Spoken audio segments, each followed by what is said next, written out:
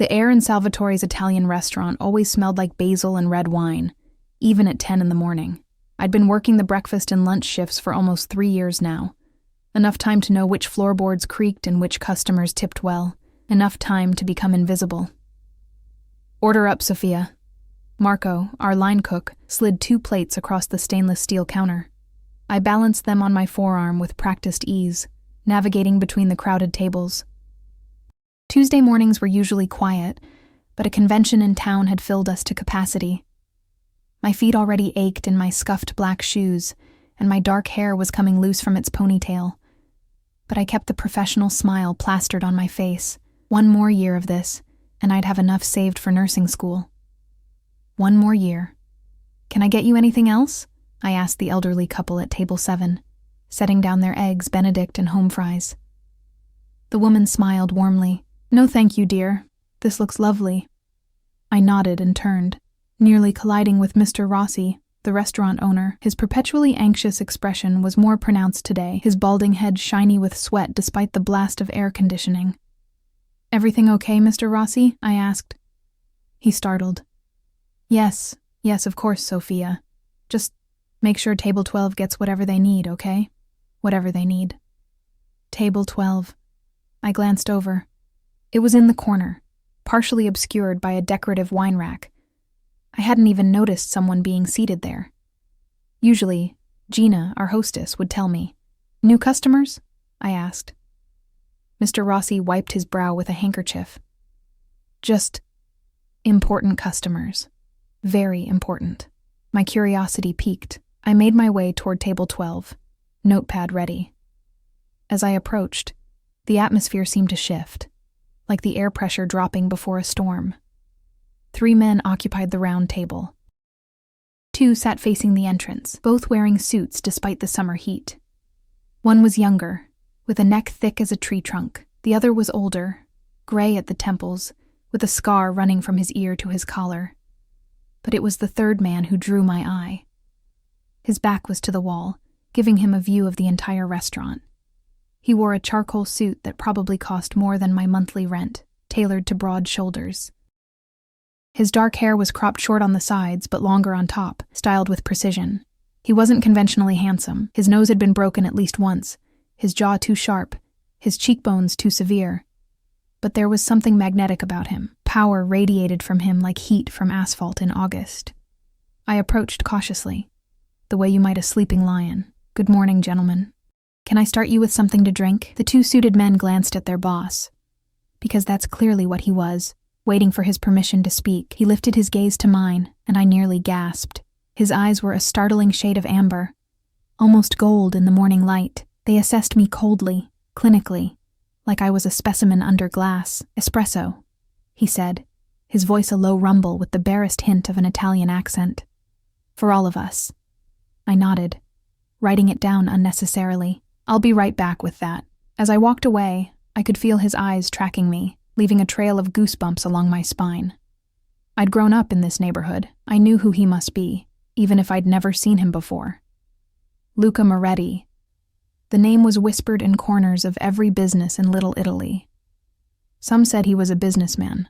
Others called him a butcher. Everyone agreed he was dangerous. At the espresso machine, my hands trembled slightly. "Who's at table 12? I whispered to Marco through the service window. Marco's eyes widened, and he made a slashing motion across his throat. "Don't ask. Just serve and get out." "But..." "Sophia," he hissed. "Just do your job." I prepared the espressos with care, arranging them on a small tray with sugar cubes and tiny spoons. As I carried them back to the table, the front door of the restaurant burst open. 3 men in black ski masks rushed in, brandishing guns. "Everybody down! Now!" the tallest one shouted. Time seemed to slow. A woman screamed. Dishes clattered to the floor. Customers dropped to their knees, hands raised. The espresso tray suddenly felt impossibly heavy in my hands. The robbers moved quickly, one standing guard at the door while the other 2 circulated through the restaurant, demanding wallets and jewelry. The tallest one approached Mr. Rossi at the register, shoving a duffel bag at him. "Fill it! All the cash now!" I stood frozen, the espresso tray still balanced in my hands. One of the robbers noticed me. "You! On the ground!" He pointed his gun at my chest. Something strange happened to me then. A peculiar calm washed over me, like I was watching the scene from outside my body. I'd been here before, in a way, not in a robbery, but in a crisis. I'd been 17 when my mother had her first stroke. I'd found her on the kitchen floor, her face drooping on one side, her words slurred. Everyone else had panicked, but I'd gone cold and clear, calling the ambulance, reciting her medications, keeping my little brother from seeing the worst of it. Now, I felt that same crystalline focus. I carefully set the espresso tray down on the nearest empty table. "I'm not carrying any money," I said, my voice steady. "Just tips, and not many of those yet today." The robber seemed thrown by my composure. He gestured with his gun. "On the floor with the others, okay," I said reasonably. "I'm going to kneel down now." I lowered myself slowly, hands visible.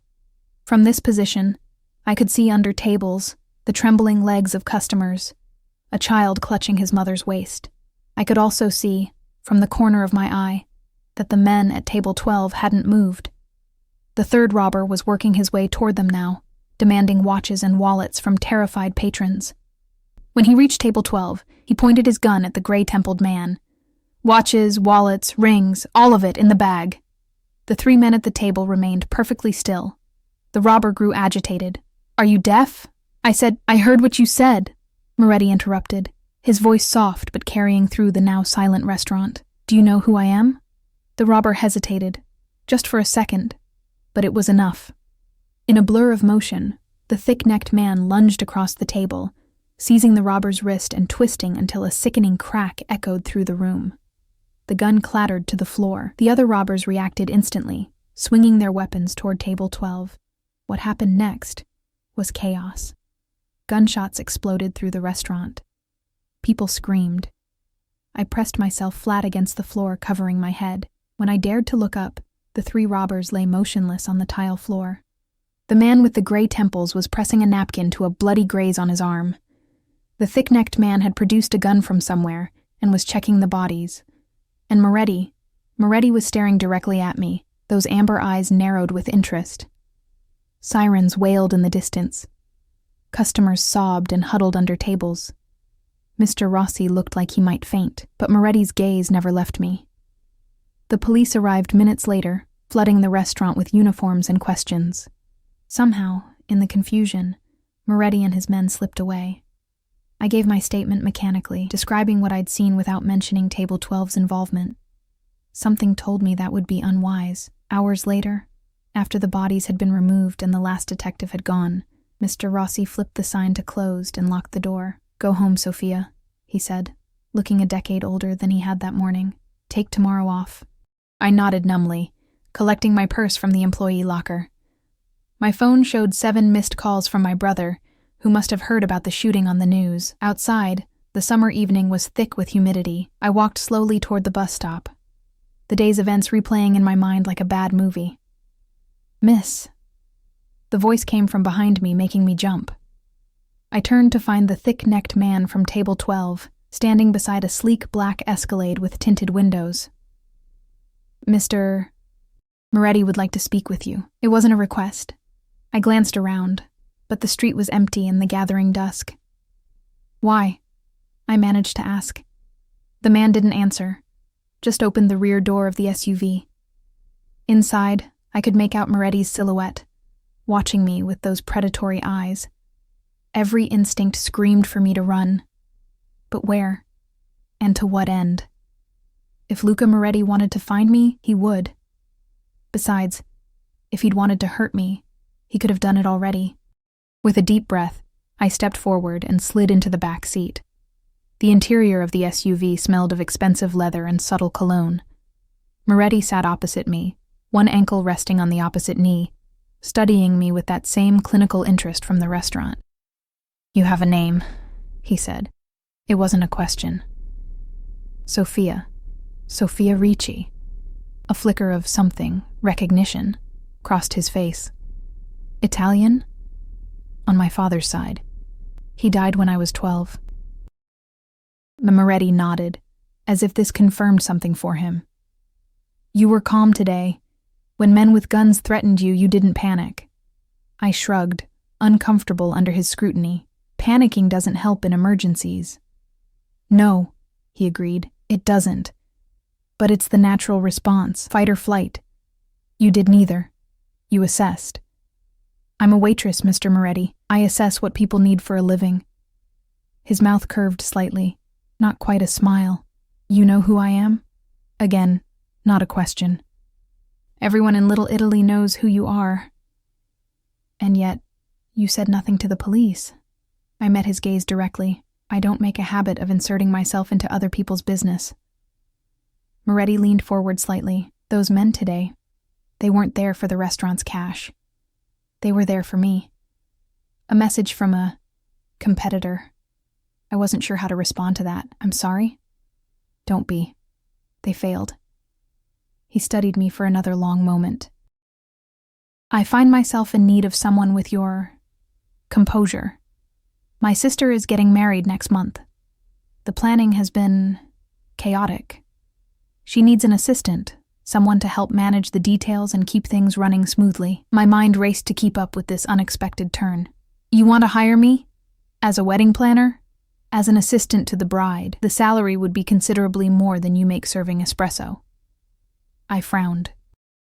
"Why me? There must be professional wedding planners." "I don't trust easily, Miss Ricci, but I trust what I see with my own eyes. Today I saw someone who doesn't break under pressure. That's rare." He reached into his jacket and produced a business card, holding it between two fingers. "Call this number tomorrow if you're interested. If not, well, Salvatore's will still be there." I took the card cautiously. It was heavy cream stock with just a phone number embossed in black. "Think about it," he said, then nodded to the driver. The SUV pulled smoothly away from the curb, leaving me standing on the sidewalk with his card clutched in my fingers. I didn't sleep that night. I called my brother back, assuring him I was fine, just shaken up. I didn't mention the SUV or Moretti's offer. I paced my small apartment, the business card burning a hole in my pocket. By morning, I'd made my decision. I needed money for nursing school. This job, whatever it entailed, would pay well. And something else. Something I was reluctant to admit even to myself. I was curious. Those amber eyes, that casual display of power, the mystery of why he'd singled me out. It pulled at me like a fishhook under my skin. I dialed the number at precisely 9 a.m. "Yes?" A woman's crisp voice answered. "This is Sophia Ricci. Mr. Moretti spoke to me yesterday about a position." "One moment." The line went silent for nearly a minute. Then, a different voice came on. "Moretti. Miss Ricci, you've made a decision." "Yes," I said, swallowing hard. "I'd like to accept your offer." "Good. A car will pick you up in 1 hour. Pack enough for a few days. You'll be staying at my sister's estate while you get acquainted with the wedding plans." Before I could ask any questions, he hung up. What had I just agreed to? I rushed around my apartment, throwing clothes into a duffel bag, my mind racing. Was I making a terrible mistake? Probably. But for the first time in years, I felt something other than the dull routine of survival. I felt alive. Precisely 1 hour later, a black Mercedes pulled up outside my apartment building. The driver, a different man from yesterday but with the same vigilant eyes, loaded my bag into the trunk without speaking. As we drove out of the city, I watched the familiar streets of my neighborhood fade in the side mirror. I had no idea what waited for me at the end of this drive, but there was no turning back now. Somehow, in the space of 24 hours, my life had been completely upended by a chance encounter and a robbery, and those amber eyes watching me like I was a puzzle to be solved. The drive out of the city took almost 2 hours, the crowded streets gradually giving way to affluent suburbs, then to expansive countryside dotted with estates hidden behind high walls and security gates. The driver, who hadn't spoken a single word beyond Miss Ricci when he'd picked me up, turned onto a private road that wound through dense woods. When the trees finally parted, I caught my breath. A sprawling Mediterranean-style mansion stood before us, terracotta and cream against the verdant backdrop. Fountains flanked the circular driveway, where where the Mercedes came to a smooth stop. "We're here," the driver said, his first complete sentence of the journey. Before he could open my door, it swung wide, and I found myself face to face with a woman who could only be Moretti's sister. She had the same sharp features, the same imperious stance, though her eyes were dark brown rather than amber. She wore white linen pants and a silk blouse, her black hair swept up in an elegant twist. "So you're the waitress," she said, her gaze traveling from my bargain store sundress to my scuffed sandals. Her expression suggested she wasn't impressed. "Sofia Ricci," I offered, extending my hand. She ignored it. "I'm Valentina Moretti, soon to be Valentina Castellano. My brother says you're to be my new assistant." "That's my understanding, yes." Valentina turned and walked toward the house, clearly expecting me to follow. I hurried after her, the driver trailing behind with my duffel bag. "The wedding is in 4 weeks," she said over her shoulder. "Everything is already in motion, but the details are overwhelming. My last assistant quit. Nervous breakdown, apparently." She tossed this information over her shoulder like she was commenting on the weather. The interior of the mansion was even more impressive than the exterior. Soaring ceilings, marble floors, artwork that looked museum-worthy. We passed a room where 3 women were arranging massive bouquets of white lilies. "The florists," Valentina explained. "They're redoing all the arrangements, again." She led me upstairs, down a hallway lined with what appeared to be original oil paintings, and finally stopped at a door near the end. "This will be your room while you're here. I've scheduled meetings with the caterer, the band, and the dressmaker for tomorrow. Tonight, you'll need to review all the existing plans so you're up to speed." She glanced at her watch. "Dinner is at 8. Luca will be there. Don't be late." With that, she turned and left me standing at the doorway, the driver setting my bag just inside before disappearing as silently as he'd arrived. My room was larger than my entire apartment, with a 4-poster bed, sitting area, and French doors that opened onto a private balcony overlooking manicured gardens.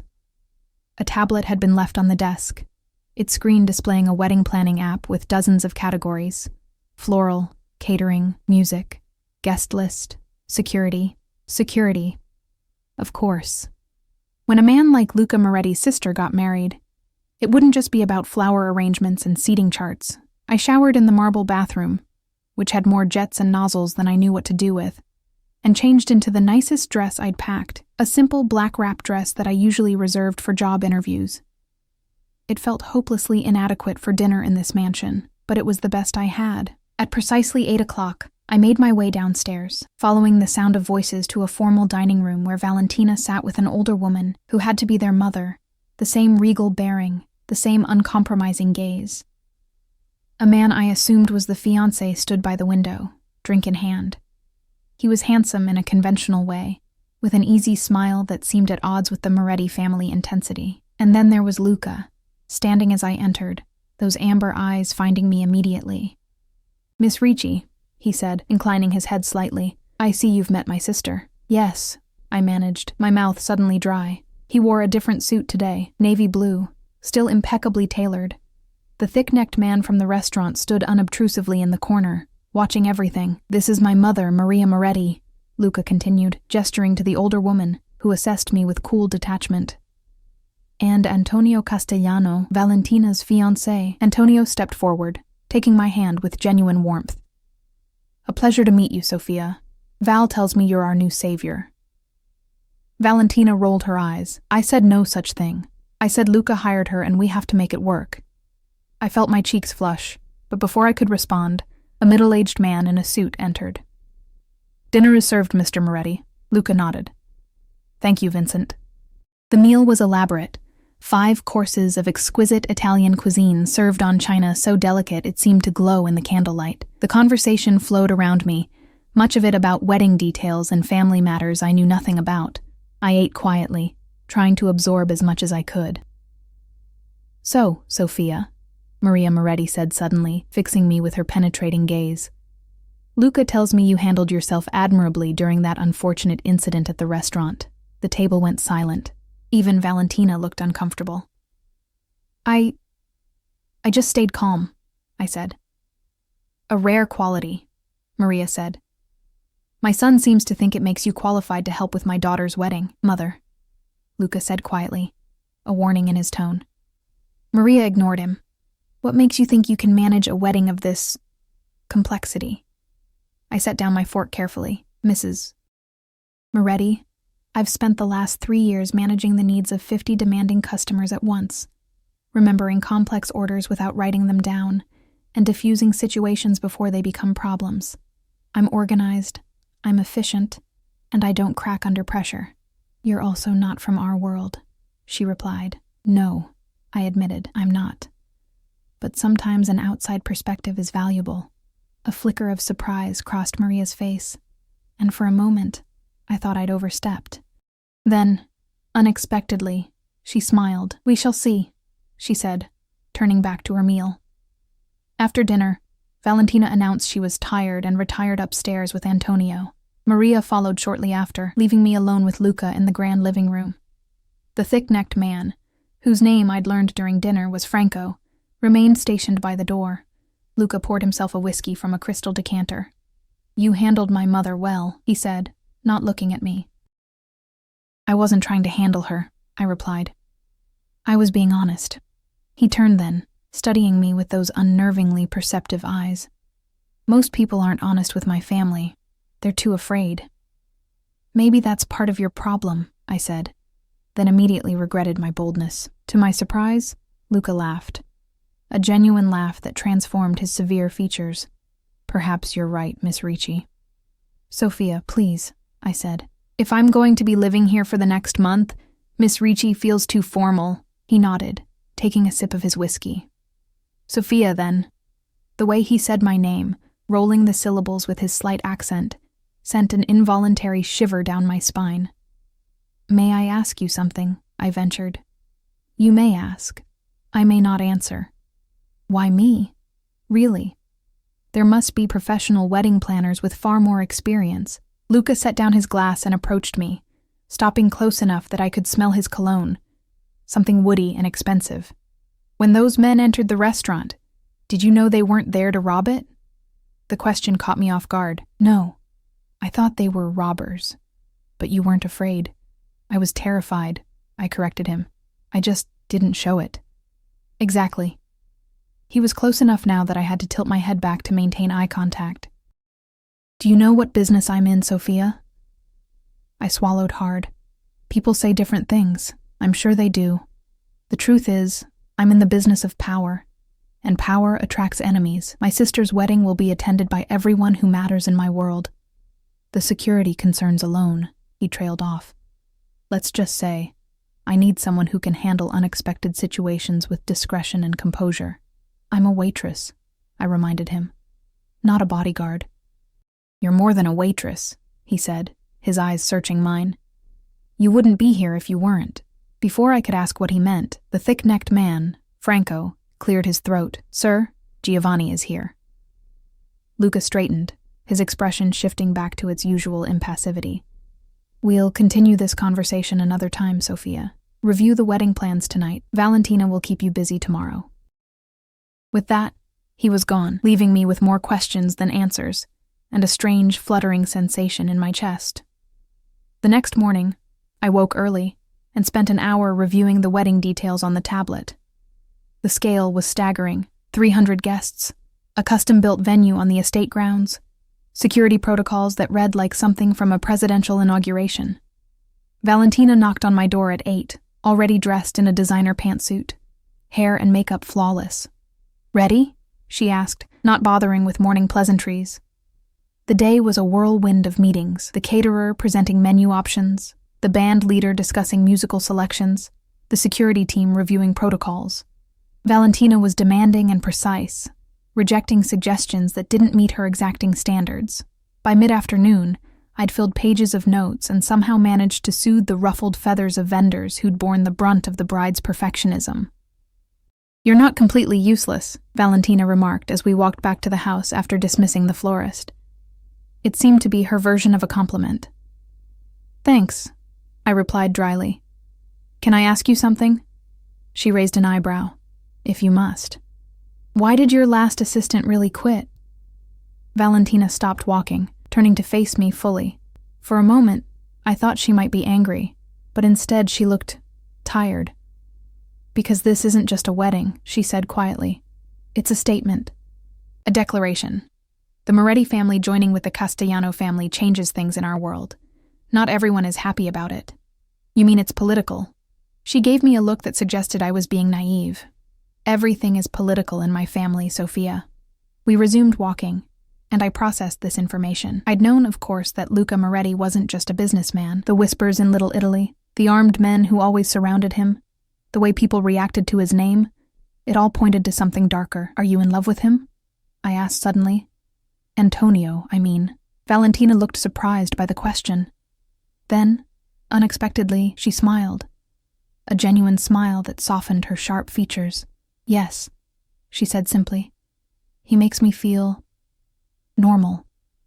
I understood then, perhaps for the first time, something about the burden of the Moretti name. That evening, I was updating the seating chart in my room when a soft knock came at the door. I opened it to find Luca standing there, hands in his pockets. "Take a walk with me," he said. Again, not a question. I followed him through the maze-like hallways of the mansion and out onto a stone terrace that overlooked the estate grounds. The summer evening was warm, fireflies beginning to flicker in the gathering dusk. "Valentina says you've been helpful today," he said as we descended the terrace steps into the garden. "She's particular about what she wants. That makes my job easier." Luca chuckled. "That's a diplomatic way of saying my sister is demanding." I smiled. "I didn't say that." We walked in silence for a moment, following a gravel path through meticulously pruned hedges. "You're not afraid of us," he observed. "Most people are. Should I be?" I asked, glancing up at him. His expression turned serious. "Yes." The blunt honesty of his answer sent a chill through me despite the warm evening. "Then why am I here?" I asked. Luca stopped walking, turning to face me. The setting sun cast long shadows across his face, highlighting the sharp angles of his cheekbones, the intensity of his amber gaze. "Because fear isn't useful to me right now," he said. "I need someone who can think clearly, who sees things as they are, not as they wish them to be." "For a wedding? For what comes after?" Before I could ask what he meant, a shout came from the direction of the house. Franco was running toward us, gun drawn. "Sir, we have a breach." Luca's entire demeanor changed in an instant. He pushed me behind him, reaching inside his jacket to produce a handgun I hadn't realized he was carrying. "Where?" he demanded. "East perimeter. 2 men with rifles." "Get her inside," Luca ordered, nodding toward me. "Now." Franco grabbed my arm, pulling me back toward the house. I caught one last glimpse of Luca, his face set in cold determination as he spoke rapidly into a cell phone, before Franco hustled me through a side door I hadn't noticed before. "What's happening?" I gasped as we hurried through narrow hallways that seemed designed for servants, or, I realized with a chill, security personnel. "Stay quiet," Franco hissed, guiding me up a back staircase and into what appeared to be a secure room, reinforced door, no windows, monitors showing security feeds from around the estate. Valentina was already there, her face pale but composed. Antonio stood beside her, an arm around her shoulders. "What's going on?" I asked again. "Uninvited guests," Valentina said tightly. "It happens sometimes."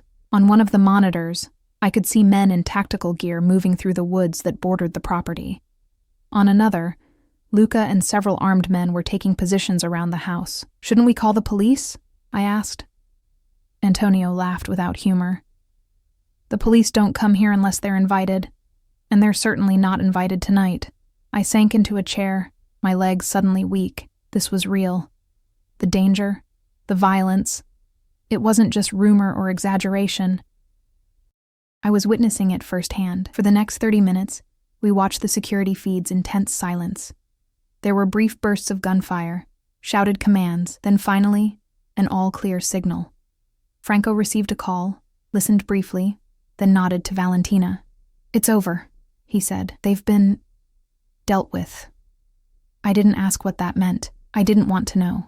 When the door opened, Luca stood there, his suit jacket gone, his white shirt stained with something I tried not to identify. His expression was cold, remote. so different from the man who had walked with me in the garden minutes earlier. "It's handled," he said to Valentina, who nodded calmly, as if this were a routine occurrence. Perhaps for them it was. His eyes found mine, and for a moment I saw something flicker there. Concern? Regret? It was gone before I could identify it. "This is the world you've entered, Sophia," he said quietly. "If you want to leave, now is the time. A car can take you back to the city tonight." I should have said yes. I should have run from this house, these people, this danger. But something held me there. Curiosity, maybe. Or something deeper. Something I wasn't ready to acknowledge. "I signed on to help with a wedding," I said, meeting his gaze steadily. "I don't leave jobs half-finished." A muscle in his jaw twitched, the barest hint of a reaction. "Very well," he said. "Get some rest. Tomorrow will be complicated." I didn't sleep that night. I lay awake, replaying the events of the evening, questioning my decision to stay. What was I doing here, in this house of danger and secrets? Why had Luca really brought me here? And why, despite everything I'd seen, did I find myself drawn to him like a moth to a flame that would surely burn me? Morning came, and with it, a new routine. Security around the estate had doubled overnight. Men with concealed weapons patrolled the grounds. Meetings about the wedding continued as if nothing had happened, but there was a new tension in the air. Valentina worked me harder than ever, her perfectionism reaching new heights as she channeled her stress into wedding details. I coordinated with vendors, revised seating charts, managed the endless stream of deliveries and decisions, and through it all, I felt Luca's eyes on me, watching, assessing, measuring me against some standard I didn't understand. We didn't speak of the incident in the garden again, but it hung between us, an unspoken acknowledgement that I now knew exactly what kind of man he was, a dangerous man, a powerful man, a man who lived by his own rules in a world most people never saw. A week passed in this strange new normal. I threw myself into the wedding preparations, finding an unexpected satisfaction in bringing order to chaos. Valentina, for all her demands, was beginning to show signs of grudging respect for my efficiency. Even Maria had stopped looking at me like I was something the cat had dragged in. And Luca remained an enigma, sometimes distant and cold, other times surprisingly thoughtful, asking about my background, my aspirations for nursing school, my life before our paths had crossed. In those moments, I could almost forget who he was. Almost. Until the night I discovered why he'd really brought me to the estate. I was in the library, finalizing the wedding program on my laptop, when I heard voices from Luca's study across the hall. The door was slightly ajar, and though I knew I shouldn't, I found myself moving closer, drawn by the intensity of the conversation. "Can't be a coincidence," a man's voice was saying. "First the restaurant, now the estate." "The Ricci girl," another voice said. "Have you confirmed?" "Yes," Luca interrupted, and I froze at the mention of my name. "She's Frank Ricci's daughter, I'm certain of it." Frank Ricci, my father, dead for 15 years, or so I'd been told. "And she doesn't know?" the first voice asked. "No," Luca replied. "She believes he died when she was 12. The room seemed to tilt around me. My father hadn't died. Luca knew something about him. "It's dangerous bringing her here," the second voice warned. "If Donato discovers who she is..." "Donato ordered the hit at Salvatore's," Luca cut in. "He already knows. That's why I brought her here, to protect her. And when she learns the truth, that her father didn't die, but betrayed you and disappeared with millions, that he's the reason your father is dead." I must have made a sound, a gasp, a stifled cry, because suddenly the voices stopped. The door swung open, and Luca stood there, his expression shifting from surprise to resignation when he saw me. "Sophia," he said softly. But I was already running, tears blinding me, my father's name echoing in my ears. Betrayal. Millions. Death, a truth I'd never known, hidden behind the story of a father who died from cancer when I was 12. A father who apparently wasn't dead at all.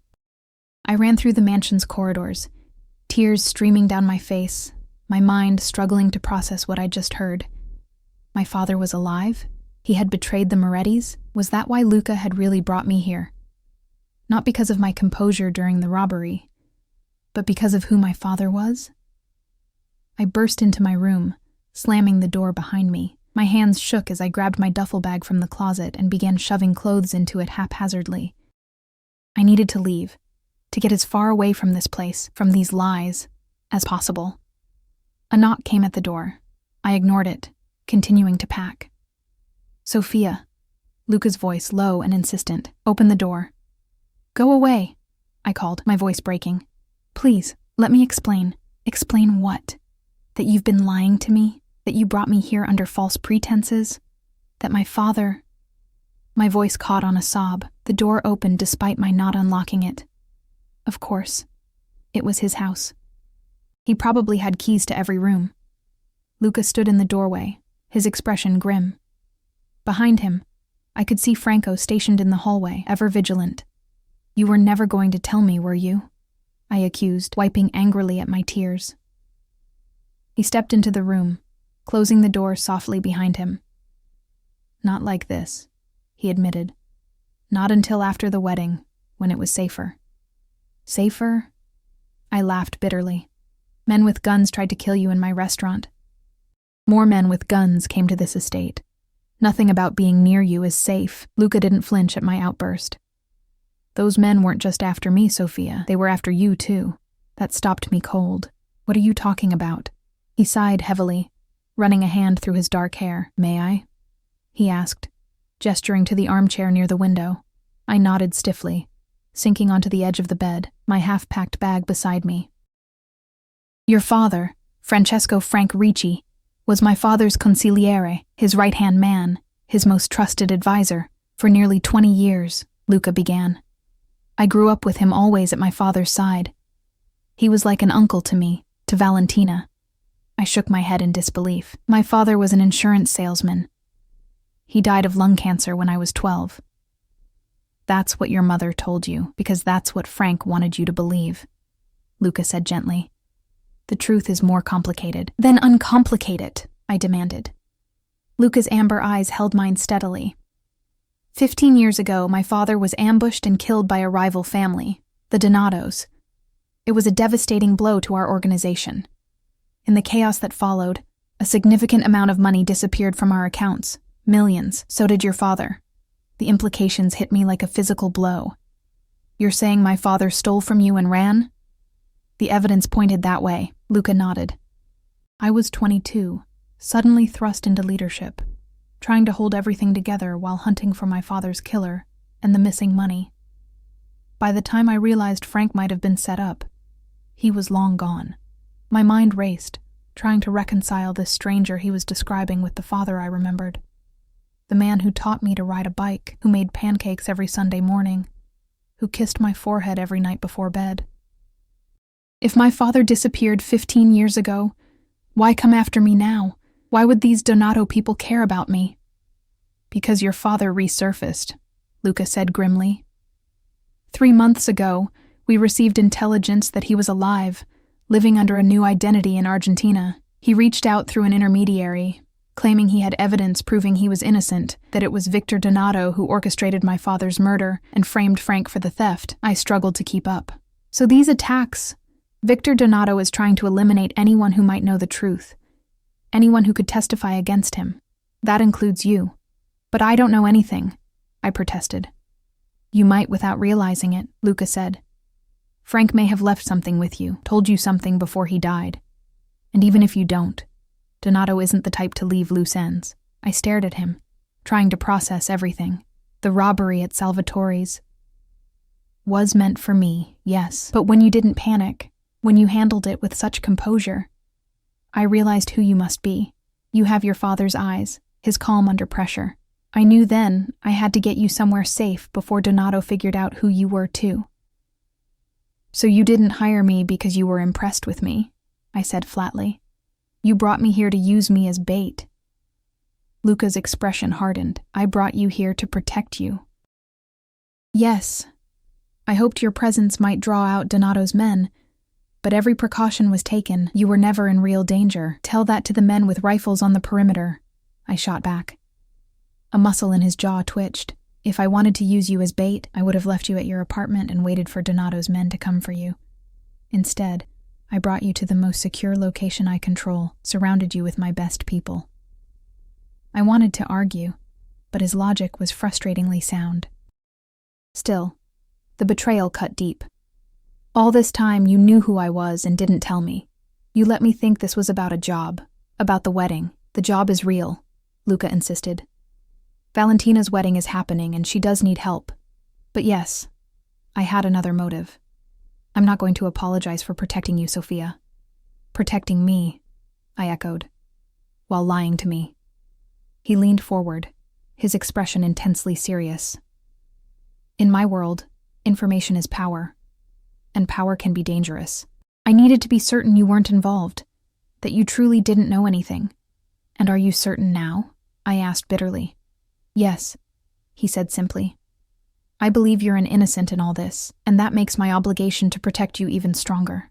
I looked away, unable to bear the intensity of his gaze. My whole life felt like a lie. The father I'd mourned, the childhood memories I'd cherished, all built on deception. What happened to my father? I asked quietly. Is he really in Argentina? Luca hesitated. We don't know. The intermediary was killed before we could extract more information, but we're still looking. I closed my eyes, trying to imagine my father alive somewhere, living a new life while I grieved for him. The pain was almost physical. I want to see proof, I said finally, of all of this. Pictures of my father with your family, evidence of his work with you. Anything. Luca nodded. I can show you. Tomorrow when you're calmer. I'm calm now, I insisted, though we both knew it wasn't true. My hands still trembled, my chest still ached with each breath. Tomorrow, he repeated firmly. For now you should rest. I glanced at my half-packed bag. And if I still want to leave, that would be unwise, Luca said, his tone suddenly cooler. Donato's men are watching for you. Here, at least, you're protected. So I'm a prisoner, I concluded. Luca stood, his expression unreadable. You're a guest under my protection. There's a difference. Not from where I'm sitting.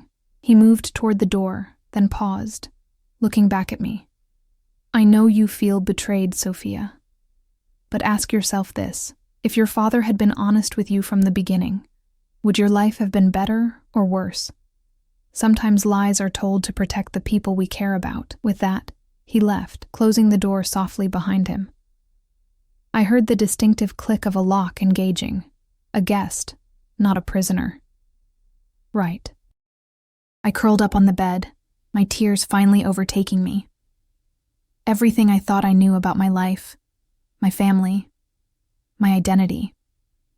It was all built on lies. My father hadn't died. He'd abandoned us. And now, 15 years later, his choices had dragged me into a world of violence and danger I'd never asked for. Sleep came eventually, fitful and plagued with dreams of gunfire and amber eyes watching me from shadows. Morning brought a knock at my door, which opened to reveal not Luca, but Valentina, impeccably dressed as always, her expression uncharacteristically gentle. Get dressed, she said. There's something you need to see. I followed her wordlessly through the mansion to a part I hadn't been to before. A wing that seemed older, less renovated. She led me to a study lined with books and dark wood paneling, where Luca waited, standing before a wall of photographs. These were my father's, he said without preamble, gesturing to the pictures. I approached slowly, my eyes scanning the images, and there he was, my father, younger than I remembered him, standing beside a distinguished man who had Luca's same amber eyes. In photo after photo, my father appeared at a christening, at what looked like Valentina's graduation, at formal events in tuxedos, on fishing trips, always close to the Moretti family patriarch. That's your grandfather, Luca said, pointing to a picture of my father holding a baby. And that's you. I stared at the image, memories stirring. I remembered that day, or thought I did. A family picnic, my father tossing me in the air, but in my memory, it had just been us. My father, mother, and me. Not this gathering of dark-suited men with vigilant eyes. He loved you very much, Valentina said quietly. I remember he was always showing us pictures of you, telling stories about how smart you were, how brave. A lump formed in my throat. If he loved me, why did he leave? Why did he let me think he was dead? To protect you, Luca said. Frank knew too much, had seen too much. When he went into hiding, he made a clean break. New identity, new life. But he left me behind, I said, the hurt raw in my voice. He left you with your mother, away from our world, Luca corrected gently. It was the greatest gift he could give you, a normal life. I traced my finger over my father's face in the photograph, trying to reconcile the man I remembered with this stranger who lived in the shadows of power and violence. And now? I asked, turning to face Luca. What happens to me now that I've been pulled back into your world? His expression was solemn. That depends on what we learn about Donato's plans, about your father's evidence. For now, you stay here, where it's safe. For how long? Until after the wedding, at least, he said. By then, we should have a clearer picture of the situation. I thought about my apartment, my job at Salvatore's, my carefully planned future. All of it seemed very far away now, like someone else's life. And what am I supposed to do in the meantime? Continue pretending to be Valentina's wedding assistant while looking over my shoulder for men with guns? Valentina arched an eyebrow. Who says you're pretending? I actually do need help with this wedding. And you've proven surprisingly capable. Despite everything, I almost smiled at her backhanded compliment.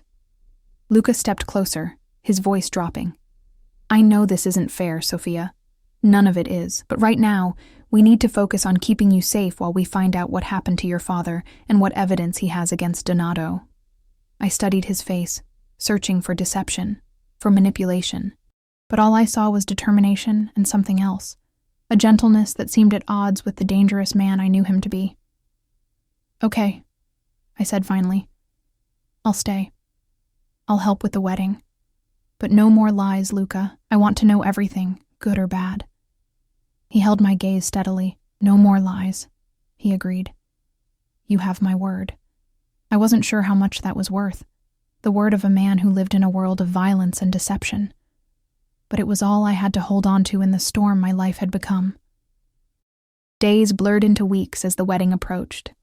True to his word, Luca kept me informed about their search for my father and the movements of the Donato family. Security around the estate remained tight, but no further incidents occurred, creating an illusion of normalcy that was both comforting and deceptive. I threw myself into wedding preparations, finding unexpected solace in the structured chaos of event planning. Valentina proved to be a demanding but fair taskmaster, her initial coldness gradually warming to something resembling respect. We spent hours together finalizing details, and in those moments, I caught glimpses of the woman beneath the Moretti armor, someone who simply wanted her wedding day to be perfect, who loved her fiancé with a vulnerability that contradicted her hard exterior. You're good at this, she remarked one afternoon as we reviewed the final seating arrangement. Ever considered doing it professionally? I laughed. Wedding planning? No. I've been saving for nursing school. She studied me with a thoughtfulness that reminded me of her brother, helping people in crisis. That fits. I hadn't thought of it that way before, but she was right. Whether serving tables, managing wedding details, or planning for a career in nursing, I was drawn to situations that required calm efficiency in the face of chaos. As for Luca, our relationship had shifted into something I couldn't quite define. He kept his distance most days, busy with whatever business occupied the hours he spent in his study with his lieutenants. But in the evenings, he often sought me out, walking with me through the gardens or sharing quiet conversations in the library. He told me stories about my father, the Frank Ricci I never knew, how he'd been brilliant with numbers, fiercely loyal, quick with a joke. How he'd taught Luca to fish, to shoot, to navigate the complex world they inhabited. With each story, the father I thought I knew merged with this stranger, creating a more complex, more human picture of the man who had disappeared from my life. He used to talk about you constantly, Luca said one evening as we sat on the terrace, watching the sunset paint the sky in shades of orange and pink. How proud he was of your grades, your determination. I traced the rim of my wine glass with my finger. I still don't understand how he could just leave. Let me think he was dead. Luca was quiet for a moment. Sometimes the hardest choice is the right one. He knew that if he stayed in your life, you'd eventually be drawn into our world, like I am now, I pointed out. His amber eyes found mine, unexpectedly vulnerable. Yes, and I'm sorry for that. The sincerity in his voice caught me off guard. This dangerous man, this leader who commanded fear and respect in equal measure, apologizing to me with genuine regret. It's not your fault, I said softly. You didn't choose this either. He looked away, his profile sharp against the darkening sky. We all make choices, Sophia. I chose this life, continued what my father built. Your father chose to protect you from it. And now... He trailed off. Now what? I prompted. Luca turned back to me, something shifting in his expression. Now I find myself wishing I could offer you more than danger and deception. My heart stuttered in my chest. What would you offer me, if you could? He reached out slowly, his fingers brushing a strand of hair from my face with surprising gentleness. A choice. Freedom. Things I don't have myself. I leaned into his touch before I could stop myself. Maybe freedom is overrated. His smile was sad. No, it's not. The moment hung between us, charged with possibilities neither of us dared to voice. Then Franco appeared at the doorway, his expression grim. Sir, we have information. Luca's hand fell away, his face immediately composing itself into the mask I'd come to recognize. The leader, not the man. Excuse me, Sophia. I watched him walk away, trying to ignore the ache in my chest. Whatever was growing between us was impossible. Dangerous. I knew that. And yet... The day before the wedding arrived in a flurry of activity. The estate transformed as florists, caterers, and decorators descended, turning the already impressive grounds into something magical. White tents gleamed on the lawn, crystal chandeliers suspended from their peaks. Thousands of lilies and roses filled the air with their heady scent. Security personnel in formal attire mingled discreetly with the workers, their vigilance never wavering. I spent the morning with Valentina in the bridal suite, managing last-minute crises with vendors and keeping her mother's well-intentioned but overwhelming suggestions at bay. By afternoon, everything was as ready as it could be. The rehearsal dinner would begin at 7, the last formal event before tomorrow's ceremony. You should rest, Valentina told me, surprisingly considerate. Tomorrow will be chaos. I returned to my room, intending to take a quick nap before preparing for the evening. But as I entered, I noticed something amiss. The drawer of the bedside table was slightly open, though I was certain I'd closed it that morning. Heart racing, I approached cautiously. Nothing seemed disturbed, but as I pushed the drawer closed, I noticed a small piece of paper that hadn't been there before. Unfolding it with trembling fingers, I found a message written in an unfamiliar hand. Storage room, East Wing, 5 p.m. Come alone if you want to know the truth about your father. I stared at the note, my mind racing. This had to be a trap. Security at the estate was tight, but not impenetrable. The attack weeks ago had proven that. I should tell Luca, show him the note. But what if it wasn't a trap? What if someone here had information about my father that Luca wasn't sharing with me? The clock on the wall showed 4:30. 30 minutes to decide. In the end, curiosity won over caution. I slipped out of my room, navigating the busy hallways where staff were too preoccupied with wedding preparations to notice me. The East Wing was quieter, used mainly for storage, and rarely frequented by the family. The storage room was at the end of a dimly lit corridor. I hesitated at the door, my hand on the knob, every instinct screaming that this was a mistake, but the need to know, about my father, about the truth, pushed me forward. The room was dark, filled with covered furniture and boxes. I fumbled for a light switch but found none. Hello? I called softly, stepping further into the darkness. The door closed behind me with a decisive click. I whirled around to find a figure blocking the exit. A man in his 60s, elegantly dressed, with silver hair and cold, assessing eyes. Miss Ricci, he said, his voice cultured, almost gentle. Thank you for coming. Who are you? I demanded, backing away until I hit a covered table. Victor Donato. He smiled, the expression never reaching his eyes. I believe Luca Moretti has mentioned me. My blood turned to ice. This was the man responsible for the ambush at Salvatore's, for the attack on the estate. The man who wanted me dead. How did you get in here? I asked, playing for time, eyes scanning the room for a weapon, an exit, anything.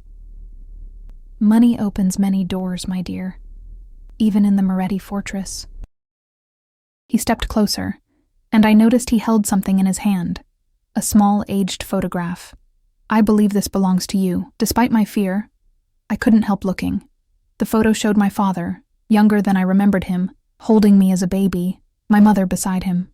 A normal family portrait, except for the man standing next to my father, his hand on my father's shoulder. Victor Donato. Your father was like a son to me once, Donato said, his voice almost wistful. Before Giuseppe Moretti turned him against me. Luca said you had his father killed, I countered, that you framed my father for stealing from the family. Donato laughed softly. Is that what Luca told you? How convenient for him. What do you mean? Giuseppe Moretti was greedy and careless. He was leading the family into ruin with bad decisions and worse investments. Your father saw it happening and tried to intervene. When that failed, he came to me for help. Donato's eyes hardened. It was Luca who had his own father killed. Ambitious young men rarely want to wait for power. I shook my head, refusing to believe it. You're lying. Am I? Then ask yourself why your father fled. Why he took evidence with him. Evidence that could destroy the Moretti family, or rather, destroy Luca. My mind raced. Could it be true? Had Luca lied to me again, manipulated me? If that's true, I said carefully, why would my father let me stay behind? Why would he let me think he was dead? A flash of something, annoyance, respect, crossed Donato's face. A fair question. Frank was always too sentimental. He believed you'd be safer away from all of this, that neither I nor Luca would drag an innocent child into our war. Yet here you are, I pointed out. Here I am, he agreed. Because your father is ready to come forward with the truth, and Luca knows it. Why do you think he brought you to his estate? Not to protect you, my dear, to use you as leverage against your father. The door behind Donato suddenly burst open. Franco stood there, gun drawn, with 2 other security men behind him. Donato didn't even flinch. Right on schedule, he said calmly, checking his watch. You're slipping, Franco. I've been on the grounds for 20 minutes. Franco's expression remained impassive as he spoke into his radio. We have him, sir. East Wing storage. Seconds later, Luca appeared, fury radiating from him like heat. His eyes found me first, relief washing over his features before his attention snapped to Donato. Victor, he said coldly. Luca, Donato replied, almost cordial. I was just getting acquainted with Frank's daughter. Lovely girl. She has his eyes, don't you think? Luca's jaw clenched. Sophia, come here. I hesitated, caught between the 2 men. Donato's words echoed in my mind. Was Luca using me? Had he killed his own father? Sophia, Luca repeated, his voice gentler. Please. I moved slowly toward him, still uncertain. He's been filling your head with lies, Luca said, his eyes never leaving Donato. It's what he does. The truth is such an inconvenient thing, Donato mused. Tell me, Luca, have you shared with Sophia the real reason her father disappeared? The real reason you've kept her here? Take him, Luca ordered Franco, ignoring Donato's question. As Franco moved forward, Donato smiled at me one last time. Ask him about the evidence, Sophia. Ask him what your father really saw the night Giuseppe died. Franco and his men escorted Donato away. I stood in the doorway, shaking, unable to look at Luca. Are you hurt? He asked. I shook my head. What did he tell you? I finally turned to face him, searching his expression for the truth. That you killed your father. That my father has evidence proving it. Luca's face darkened. And you believe him. It wasn't a question, but I answered anyway. I don't know what to believe anymore. He stepped closer, his voice urgent. Sophia. Victor Donato is a manipulator. He's trying to turn you against me because he knows your father is ready to testify that Donato ordered the hit on my father. Then why didn't you tell me everything from the beginning? Why all the secrets? Because the less you knew, the safer you were. His control slipped, raw emotion breaking through. Because I was trying to protect you. From what? I demanded. From Donato? Or from the truth about what happened to my father? Luca ran a hand through his hair, frustration evident in every line of his body. From all of it. From this world. He stopped abruptly. From what? I pressed. His amber eyes locked with mine, intense and vulnerable in a way I'd never seen before. From me, he said quietly. From the fact that I've been falling in love with you since the moment you faced down a gunman without flinching. That I hate myself for dragging you into this life. His confession hit me like a physical blow, stealing my breath. Luca, tomorrow, he said, his voice firming with resolve. After the wedding. I'll tell you everything then, show you all the evidence we have. I swear it, but right now, I need to deal with Donato. He turned to go, then paused, looking back at me with an expression that made my heart ache. Stay in your room tonight, please. For me. Then he was gone, leaving me with more questions than answers, and the lingering echo of words I never expected to hear from him. Love. Could that be real? Or was it just another manipulation? As I made my way back to my room, I couldn't shake Donato's words, the doubt he'd planted. But I also couldn't forget the raw honesty in Luca's eyes when he'd spoken of falling in love with me. Tomorrow, he'd said, after the wedding. Tomorrow, I would finally learn the truth. The day of Valentina's wedding dawned bright and clear, the estate transformed overnight into a vision of elegance and luxury, despite the chaos of the previous day. Donato's infiltration, the accusations, Luca's confession. The event proceeded as planned. Security had been doubled, with armed men disguised as waitstaff positioned throughout the grounds. I hadn't seen Luca since our encounter in the storage room. He'd spent the night dealing with Donato, according to Franco, who'd been assigned to guard my door. I'd barely slept, my mind churning with questions, with doubt, with the memory of Luca's words. I've been falling in love with you. Had he meant it? Or was it just another manipulation? Another way to keep me under control until he no longer needed me? The morning passed in a whirlwind as I helped Valentina prepare for her big day. If she knew about Donato's intrusion, she didn't show it, focused entirely on becoming Mrs. Castellano. Her wedding dress was a masterpiece of silk and lace, transforming her sharp beauty into something ethereal. You look stunning, I told her truthfully as I adjusted her veil. She caught my gaze in the mirror, her expression softening. Thank you, Sophia. Not just for this, she gestured to her reflection, but for everything these past weeks. You've made this possible. I smiled, touched by her rare moment of vulnerability. Just doing my job. No. She shook her head. It's more than that. You've brought balance to this house, to Luca. She turned to face me directly. I haven't seen my brother look at anyone the way he looks at you. Not ever. My heart stuttered. Valentina, She waved a hand dismissively, her usual briskness returning. I'm not asking for details. God knows I don't want them. I'm just saying, don't judge him too harshly. The weight he carries, it would crush most men. Before I could respond, Maria entered, elegant in midnight blue, to announce it was time. The ceremony was breathtaking. Hundreds of guests seated beneath a canopy of white flowers, a string quartet playing softly, the warm Italian sunshine bathing everything in golden light. I stood at the back, coordinating last-minute details, my eyes inevitably drawn to Luca, who stood beside Antonio at the altar, resplendent in a black tuxedo. He found me in the crowd, his amber gaze locking with mine across the distance. Even from afar, I could see the weariness in his face, the tension in his shoulders. But when Valentina appeared at the end of the aisle on her uncle's arm, a genuine smile transformed his features, pride evident in every line of his body. The ceremony proceeded without interruption, Valentina and Antonio exchanging vows with quiet sincerity. As they were pronounced husband and wife, Applause erupted from the guests. Luca embraced his new brother-in-law warmly, whispering something that made Antonio nod solemnly. The reception followed, a lavish affair beneath crystal-strung tents. I moved through the crowd, ensuring everything ran smoothly, acutely aware of Luca's eyes following me.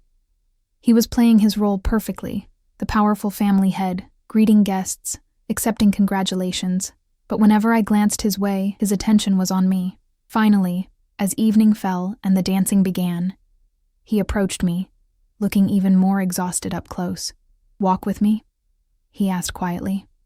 I nodded, following him away from the reception to a secluded corner of the garden where a stone bench sat beneath an ancient olive tree. Security personnel maintained a discreet distance, ever present, but giving us privacy. "Donato?" I asked once we were seated. "Being held securely," Luca replied. "His men have been told he's away on business." "It buys us time." "Time for what?" Luca reached into his jacket, removing a small USB drive. "This contains everything. Surveillance footage from the night my father was killed. Financial records showing the money trail to Donato's accounts. Sworn statements from witnesses, including your father's original testimony before he disappeared." I stared at the tiny device, struggling to comprehend its significance. "My father's testimony? He witnessed the hit," Luca said grimly. "He was meeting with my father that night, discussing concerns about Donato's growing influence. They were ambushed as they left the restaurant. My father was killed instantly. Frank escaped with a bullet in his shoulder, but not before seeing Donato's men fleeing the scene." "Then why did he run? Why take the money?" Luca's expression darkened. "He didn't take it. The money was moved by one of Donato's moles in our organization, a man named Salvatore. Your father disappeared because Donato's men came after him next, staging it to look like he'd stolen the money and fled. He knew no one would believe him against the evidence Donato had manufactured. So he let us think he was dead," I whispered, pain lancing through me afresh. "Let me mourn him for 15 years. "To protect you," Luca said gently. "He made a deal with federal authorities, witness protection for you and your mother in exchange for information on other criminal organizations. Not us. Your father refused to testify against the Morettis, but he gave enough on others to earn your safety." "My mother knew?" I felt sick at the thought. "Yes. She had to, for the protection to work. But you were too young, too innocent. They decided it would be safer if you believed the lie." I closed my eyes, absorbing this fresh betrayal. My entire childhood, my mother had known my father was alive somewhere. Had she ever planned to tell me? "Why are you showing me this now?" I asked, opening my eyes to study his face. "Because you deserve the truth," Luca said simply. "And because Donato's appearance yesterday changes everything. He's desperate, making mistakes. That means your father's evidence must be damning, and close to being revealed. You think my father is coming forward?" Luca nodded. "Our intelligence suggests he's been in contact with federal prosecutors, negotiating terms for his testimony against Donato. And where does that leave you? Your family?" I asked, understanding dawning. "If my father testifies about organized crime activities, it's complicated," Luca admitted. "But over the past 15 years, I've been redirecting our family's interests, legitimate businesses, legal investments. We're not who we were when your father knew us." I wasn't naive enough to believe the transformation was complete, but I'd seen enough of Luca to know he wasn't lying. "Not about this." "And what about me?" I asked. "Once Donato is dealt with, once my father potentially resurfaces, what happens to me?" Luca took my hand, his touch sending warmth through my veins despite the evening chill. "That depends on you," he said quietly. "On what you want." "What I want," I repeated, searching his face. "What if I don't know anymore?" His thumb traced circles on my palm, the gentle touch at odds with the dangerous man I knew him to be. "When I first saw you at Salvatore's, I recognized something in you, a strength, a composure that reminded me of your father. When I realized who you were, I told myself bringing you here was about protection, about strategy." "And it wasn't?" I asked, my voice barely above a whisper. "Not entirely," he admitted. "I was drawn to you from that first moment. Your courage, your compassion, your ability to see past the surface to what lies beneath. And the more time we spent together, the harder it became to maintain my distance. What you said yesterday, about falling in love with me, was that true? I held my breath, waiting for his answer. Luca's amber eyes held mine, more vulnerable than I'd ever seen them. Yes, he said simply. God help me, but yes. The confession hung between us, fraught with impossibility. He was who he was, a man of power, of danger, of a world I'd never asked to be part of. And yet, I don't know if I can be part of this life, I told him honestly. The violence, the deception, I would never ask you to be, he said. In fact, I've spent weeks trying to convince myself to let you go once this is over, to give you back your freedom, your chance at a normal life. And if I don't want to go, the words slipped out before I could stop them. Luca's expression shifted, hope warring with restraint. Sophia. A commotion from the reception interrupted us. Raised voices, then Franco running toward us, his expression grim. Sir, we have a situation, he said urgently. Federal agents at the front gate, they have a warrant. Luca stood, immediately shifting back into the leader I'd first met. For whom? Victor Donato, Franco replied, and they know he's here. My eyes widened. How? Your father, Luca said, realization dawning. He must have made his deal. This was the plan all along. Catch Donato at a Moretti event, with witnesses. What do we do? I asked, heart racing. Luca's expression was calm, decisive. We cooperate. Donato is in the East Wing holding room. He came here uninvited. Threatened you. All true. And the rest? I gestured to the USB drive. Evidence that helps the prosecution's case against Donato, Luca said, which makes us cooperative witnesses, not targets. He was already 2 steps ahead, seeing the angles, the opportunities in this crisis. It was fascinating to watch, even as my own world tilted on its axis. The next hours passed in a blur. Federal agents swarmed the estate, Valentina's wedding reception continuing with remarkable normality despite the drama unfolding behind the scenes. Donato was taken into custody, his expression murderous as he was led past us in handcuffs. Luca spoke with the lead agent for nearly an hour while I waited anxiously in the library. When he finally returned, his expression was inscrutable. It's done, he said. They have Donato. They have the evidence. Your father's testimony will put him away for life. My father, I echoed. Is he? Here, a voice said from the doorway.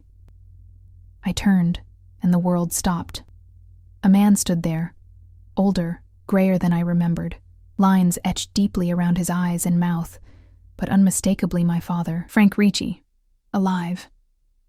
Sophia, he said, his voice breaking on my name. I couldn't move, couldn't speak. A lifetime of grief and confusion and anger crashing over me in waves. I'll give you privacy, Luca said quietly, moving toward the door. My father stopped him with a hand on his arm. Thank you, he said with feeling, for protecting her, for everything. Luca nodded once, his eyes finding mine one last time before he left us alone. You're alive, I finally managed, the words inadequate for the storm inside me. I am, my father said, taking a tentative step forward. And I know I don't deserve your forgiveness or even your time, but if you'll listen... 15 years, I interrupted, tears finally spilling over. 15 years I thought you were dead. I mourned you. I cried for you. He nodded, his own eyes wet. It was the hardest choice I ever made, leaving you. But I thought it would keep you safe, give you a normal life away from all this. He gestured around us, encompassing the mansion, the world of power and danger it represented. Did it? I asked bitterly. Look where I am now. I never thought Donato would come for you after so long, he said, anguish clear in his voice. When I heard what happened at Salvatore's, that you were with Luca, I knew I had to come forward, finish this once and for all. There was so much to say, so much to ask, that I didn't know where to begin. This stranger with my father's eyes, who had chosen to leave me. How could I ever understand his choices? I don't expect you to forgive me, he said softly. I just want you to know that not a day passed when I didn't think of you, miss you, regret what I had to do. I stared at him, this ghost made flesh, and felt the anger that had flared so hot begin to cool, leaving a complicated ache in its place. I don't know what to feel, I admitted. That's fair, he nodded. Maybe, in time, maybe, I agreed, not ready to promise more. What happens now? Donato goes to prison, my father said. I testify, then return to witness protection. A new identity, a new location. And me? He smiled sadly. You're free, Sophia. Free to return to your life, to nursing school, to whatever future you choose. His eyes flickered toward the door where Luca had exited. Any future. I followed his gaze, understanding what he was saying. You'd accept that? Me and Luca. The Luca Moretti I've been watching these past 15 years isn't his father, my father said carefully. He's made different choices, better ones. And the way he looks at you. He shook his head, smiling slightly. I recognize that look. It's how I looked at your mother once. Something softened in my chest at that. A memory of my parents in happier times. The love that had been real despite everything that came after. I need time, I told him. To process all of this, to decide what I want. Of course. He nodded. I'll be in federal custody until the preliminary hearing. After that. He hesitated. If you wanted to talk again, it could be arranged. Safely. I nodded. Not ready to commit, but not willing to close the door entirely. I'll think about it. After my father left with his federal escorts, I stood alone in the library for a long time, trying to make sense of everything. My father alive. Donato arrested. The truth finally revealed. And Luca, always Luca, at the center of the storm. I found him on the terrace, watching the last of the wedding guests depart. His shoulders were tense, his expression distant as he stared out over the estate grounds. Hey, I said softly, coming to stand beside him. He turned, something vulnerable crossing his features before he mastered it. Your father?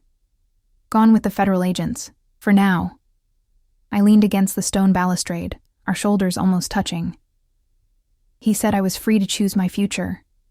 Any future. Luca's eyes searched mine, hope and caution warring in their amber depths. And what future do you want, Sophia Ricci? I thought about the past weeks, the danger, yes, but also the exhilaration. The purpose I'd found here. The connection I couldn't deny, couldn't walk away from despite every logical reason to do so. I want to finish nursing school, I said slowly. I want to help people in crisis. That hasn't changed. His expression fell slightly, though he tried to hide it. Of course. You should. But I also want this, I interrupted, reaching for his hand. You. Us. Whatever complicated, impossible thing is growing between us. Luca's fingers tightened around mine. It won't be easy, he warned. My world is changing, I finished for him. Just like mine. Maybe we can figure it out together. The smile that spread across his face was like sunrise breaking through clouds. Transformative, radiant with possibility. He drew me closer, one hand cradling my face with exquisite gentleness. Together, he echoed, before his lips found mine in a kiss that felt like coming home, and setting out on an adventure all at once. I knew the road ahead wouldn't be simple. My father's resurrection, my mother's deception, the complicated world Luca inhabited, none of these challenges would disappear overnight. But as his arms encircled me, as the future opened before us with all its uncertainty and promise, I felt something I hadn't experienced since that moment in the restaurant when I'd faced down a gunman without flinching. Calm. Clarity. The absolute certainty that whatever came next, I could handle it, and I wouldn't be handling it alone. Epilogue. 6 months later, the small seaside town was nothing like the Moretti estate or my old apartment in Little Italy. The cottage Luca had bought overlooked the Atlantic, waves crashing against the rocky shore below our bedroom window. Morning beautiful, he murmured, pressing a kiss to my bare shoulder as sunlight streamed through the gauzy curtains. I smiled, turning to face him. Morning. In the months since Valentina's wedding, we'd found a rhythm, him managing his businesses, the legitimate ones growing, the others gradually diminishing, me starting nursing classes at the nearby university. On weekends, we escaped here, to this private sanctuary where we could just be Luca and Sofia, not a Moretti and a Ricci. My father's testimony had sent Donato to prison for life. We spoke occasionally now, awkward conversations slowly rebuilding a connection I'd thought lost forever. My mother had apologized tearfully for her deception, though the trust between us remained fragile, a work in progress. "What time is your class?" Luca asked, trailing his fingers down my arm. "Not until noon," I replied, leaning into his touch. His smile turned mischievous. "Then we have time," as he pulled me closer, as our bodies melded in the familiar dance we'd perfected over these months. I marveled at the strange path that had led me here, a robbery, a calm reaction, amber eyes noticing what others missed. Life was still complicated. Luca's world still had shadows I was only beginning to understand. The future held no guarantees. But in his arms, I found something I'd never expected that day at Salvatore's when 3 masked men burst through the door. Not just protection or passion, but partnership, understanding, home. Whatever came next, we would face it together. Calm amid the chaos, strength in vulnerability, love despite, or perhaps because of, all the danger.